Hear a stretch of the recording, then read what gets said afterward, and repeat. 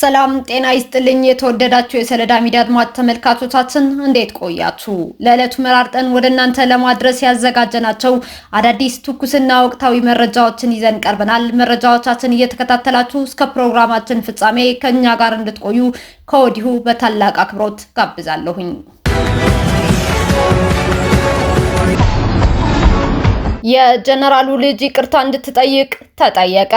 የዛላምበሳ ከተማ ምክር ቤት የጀነራል ወልደ ጊዮርጊስ ሸሪፎ ልጅ የሆነችውና የናይል ሚዲያ አዘጋጅና አቅራቢ ናይል ወልደ ጊዮርጊስ ይቅርታ እንድትጠይቅ ጠይቋል። የዛላምበሳ ከተማ ምክር ቤት በዛሬው ዕለት ጥር 14 2018 ዓ.ም ለዛላምበሳ ከተማ አስተዳደር ቢሮ በጻፈው ደብዳቤ ላይ ከጥር 7 እስከ ጥር 8 2018 ዓ.ም ድረስ በናይል ወልደ ጊዮርጊስ ስም በማህበራዊ ሚዲያ ስለ ኤርትራና ዛላምበሳ ከዚህ እስከ ሰሜናዊ ክፍል የኤርትራ መሬት ከዚህ እስከ ደቡባዊ ክፍል የትግራይ መሬት ነው በማለት ከአንድ የሚዲያ ወይም ጋዜጠኛ ባለሙያ ባልተጠበቀ ሁኔታ በማህበራዊ ሚዲያ ላይ ስለመለጠፉ ትክክል አይደለም ያለ ሲሆን የድንበር ጉዳይ የሚመለከታቸው የሁለቱ ሀገራት መንግስታት ናቸው ሲልም አስጠንቅቋል። ምክር ቤቱ በተጨማሪም የዛላምበሳ ከተማ ምስራቅ ፀሐይ ቀበሌ ለኤርትራ እንደተሰጠ አድርጎ በሚዲያ በማስተላለፍ ህዝብን ማስፈራራትና ማሸበር ትክክል አይደለም ሲልም በጋዜጠኛዋ የተፈጸመው ድርጊት ኮንኖታል።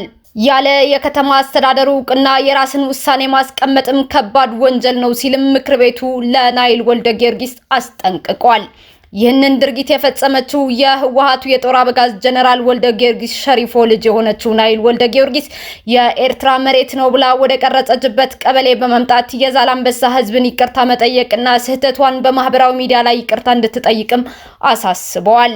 ድርጊቷን አምና ይቅርታ የማትጠይቅ ከሆነ ምክር ቤቱ በህግ እንደሚጠይቃትም ውሳኔ ማስተላለፉንም በዛሬው ዕለት አስታውቋል። የኤርትራ መንግስት በኢትዮጵያ ሉዓላዊ ግዛት በመግባት በርካታ ቀበሌዎች ተቆጣጥሮ እንደሚገኝና የኢትዮጵያን ሉዓላዊ መሬት ለቆ እንዲወጣ የኢትዮጵያ መንግስት ለተባበሩት መንግስታት ድርጅት በተለያየ ጊዜ ማስታወቁም ይታወሳል። ስለ አክቲቪስቱ ብርሃነ ገብረገርግስ መታሰር ምንም አይነት መረጃ የለንም ሲሉ የትግራይ ክልል ጊዜያዊ አስተዳደርም ሆነ የትግራይ ክልል ፖሊስ ኮሚሽን ማስታወቃቸው ተሰማ።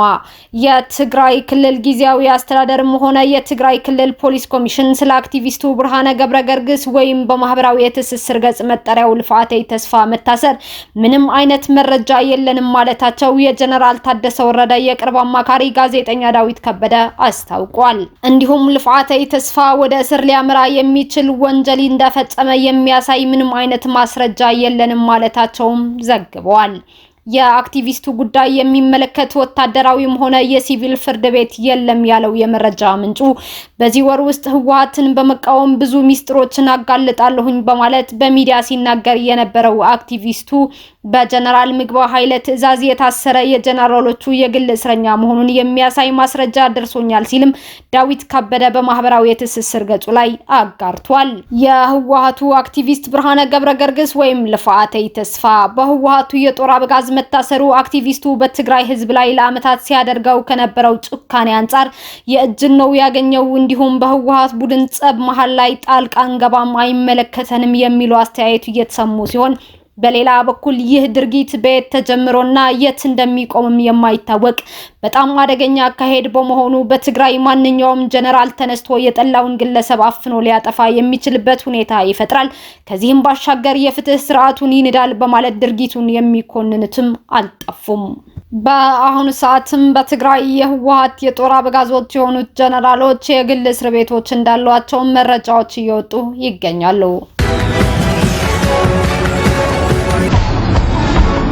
ኢትዮጵያ ከ13 ሚሊዮን ዶላር በላይ እንድታጣ በማድረግ የተጠረጠረው ግለሰብ ተከሰሰ። በህገወጥ መንገድ ገንዘብ በማስተላለፍ ኢትዮጵያ ከ13 ሚሊዮን ዶላር በላይ እንድታጣ በማድረግ የተጠረጠረው ግለሰብ በፌዴራል ከፍተኛ ፍርድ ቤት ልደታ ምድብ ሁለተኛ ልዩ ጉዳዮች ወንጀል ክስ ቀርቦበታል። ተከሳሹ ነጋሲ ተስፋ ልደት የባንክ ስራ ለመስራት ከብሔራዊ ባንክ የተሰጠ ህጋዊ ፍቃድ ሳይኖረው ለጊዜው ካልተያዙ ግብረ አበሮቹ ጋር በመሆን በተለያዩ የውጭ ሀገራት የሚገኙ ግለሰቦች ገንዘብ ወደ ኢትዮጵያ ለመላክ ሲፈልጉ የሚላክላቸውን ሰዎች ስም ዝርዝር፣ የባንክ ሂሳብ ቁጥርና የገንዘብ መጠን በሚያስተላልፉለት መረጃ መሰረት ገንዘቡን ኢትዮጵያ ውስጥ ላሉ የተለያዩ ግለሰቦች በስሙ ከከፈታቸው የባንክ ሂሳቦች ገንዘብ ማስተላለፉ በክሱ ተመላክቷል።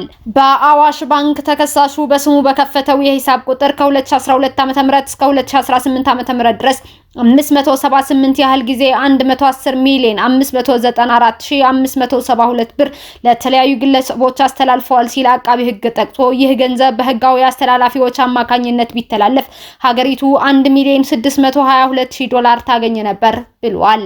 በተጨማሪም በአቢሲኒያ ባንክ በስሙ በከፈታቸው የሂሳብ ቁጥሮች ከሰኔ 11 ቀን 2012 ዓ.ም ጀምሮ እስከ ህዳር 4 ቀን 2018 ዓ.ም ድረስ 1553 ጊዜ በአጠቃላይ 242 ሚሊዮን 194,000 ብር ለተለያዩ ግለሰቦች ገንዘብ አስተላልፈው በህጋዊ አስተላላፊዎች በኩል ቢላክ ሀገሪቱ የምታገኘው 3 ሚሊዮን 469,923 ዶላር ማሳጣቱ በክሱ ተገልጿል።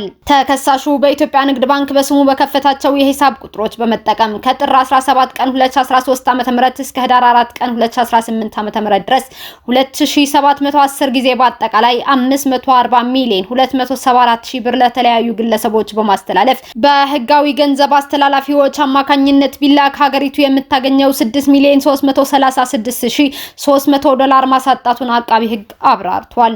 ተከሳሹ ፍቃድ ሳይኖረው በአጠቃላይ 1 ሚሊዮን 400,000 ብር ከውጭ ሀገራት ገንዘብ ለተላከላቸው ሰዎች በማስተላለፍ ገንዘቡ በህጋዊ ገንዘብ አስተላላፊዎች አማካኝነት ወደ ሀገር ቢላክ ኖሮ ኢትዮጵያ ታገኝ የነበረው 13 ሚሊዮን 31,200 የአሜሪካ ዶላር አሳጥቷል ያለው አቃቢ ሕግ ያለ ብሔራዊ ባንክ ፍቃድ የባንክ ስራ በመስራት ወንጀል ግለሰቡ ላይ ክስ አቅርበዋል።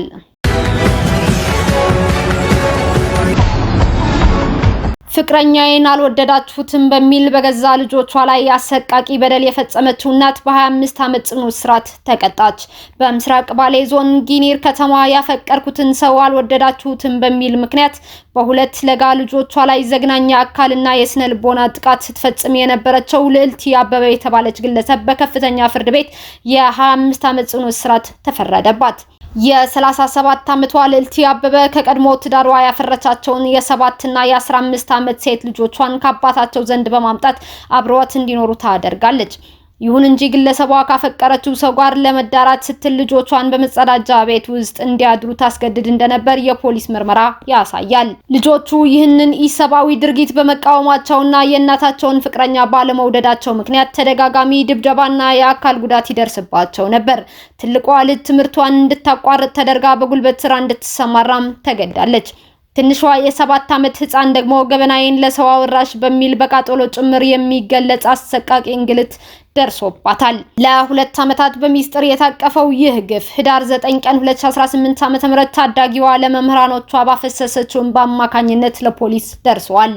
የምስራቅ ባሌ ዞን ከፍተኛ ፍርድ ቤት የቀረቡትን የሕክምና ማስረጃዎችና የተጎጂዎችን ቃል መርምሮ ተከሳሿ ታስቦ በሚፈጸም ከባድ የአካል ጉዳትና በህፃናት ጉልበት ብዝበዛ ጥፋተኛ መሆኗን አረጋግጧል። በዚህም መሰረት ጥር 6 ቀን 2018 ዓ.ም በዋለው ችሎት ልዕልት አበበ በ25 ዓመት ጽኑ እስራት እንድትቀጣ ወስኖባታል። እስካሁን አብራችሁን ከኛ ጋር ስለነበራችሁ እያመሰገንኩኝ በሌሎች መረጃዎች እስክንመለስ እንደተለመደው የሶለዳ ሚዲያ ቤተሰብ በመሆን ላይክ፣ ሼር፣ ሰብስክራይብ ማድረጋችሁን አትርሱ። አዳዲስ ትኩስና ወቅታዊ መረጃዎቻችን በቶሎ እንዲደርሷችሁ የደወል ምልክቷን ይጫኑ። ስኬት፣ ድልና ሰላም ለኢትዮጵያውያን። ሶለዳ ሚዲያ